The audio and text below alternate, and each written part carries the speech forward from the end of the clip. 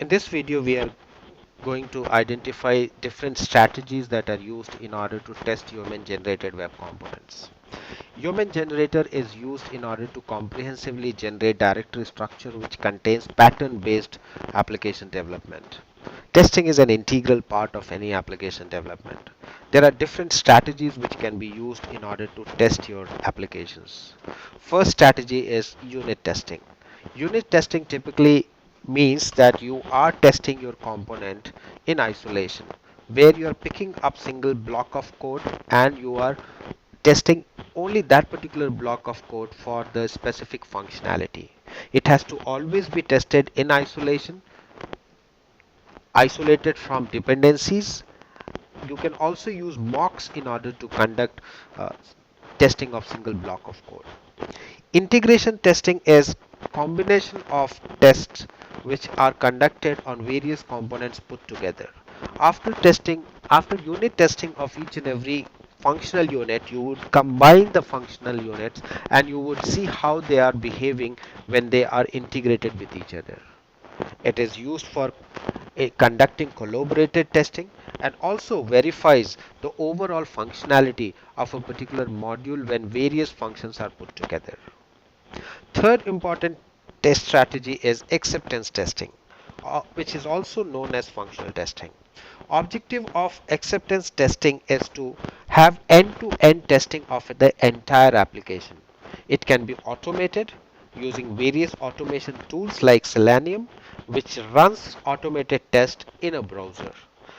Post acceptance testing, it is confirmed that your application is behaving well when they are integrated, and from end to end use case perspective, application is ready to be deployed. Now, on basis of development strategy, there are two different approach which can be adopted to confirm testing oriented development. First is BDD, which is behavioral driven development, and second one is TDD.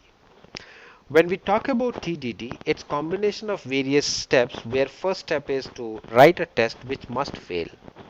Once test fails, you will add some functionality to it to ensure that test passes, and then you will focus on refactoring the code. In case of BDD, you will write failing feature and you will conduct TDD until and unless code is not refactored and application is not passing that particular failure state. Let's see what all are the steps that are involved in test-driven development. You have to always start by writing a test. Once you have written the test, you need to run the test. You need to ensure that test fails. Once test fails, you will collaborate the right amount of code in order to ensure that the test passes. Once that test passes, you will check the new test passes, and finally you will refactor the code and you will make the code ready for the functionality. You will repeat this task for each and every functionality that you want to make part of that particular application. BDD starts with user story, so scope is at a higher level of abstraction. Second task is, after identifying your user story, you will automate your behavior driven development scenario. You will implement the expected feature. Finally, you will run the automated BDD scenario to show that feature that you expected is completed and is ready. You have to repeat this particular task for all different features that you want to make part of your application. In this video, we discussed how to identify the right strategy that can be applied to test human generated web components.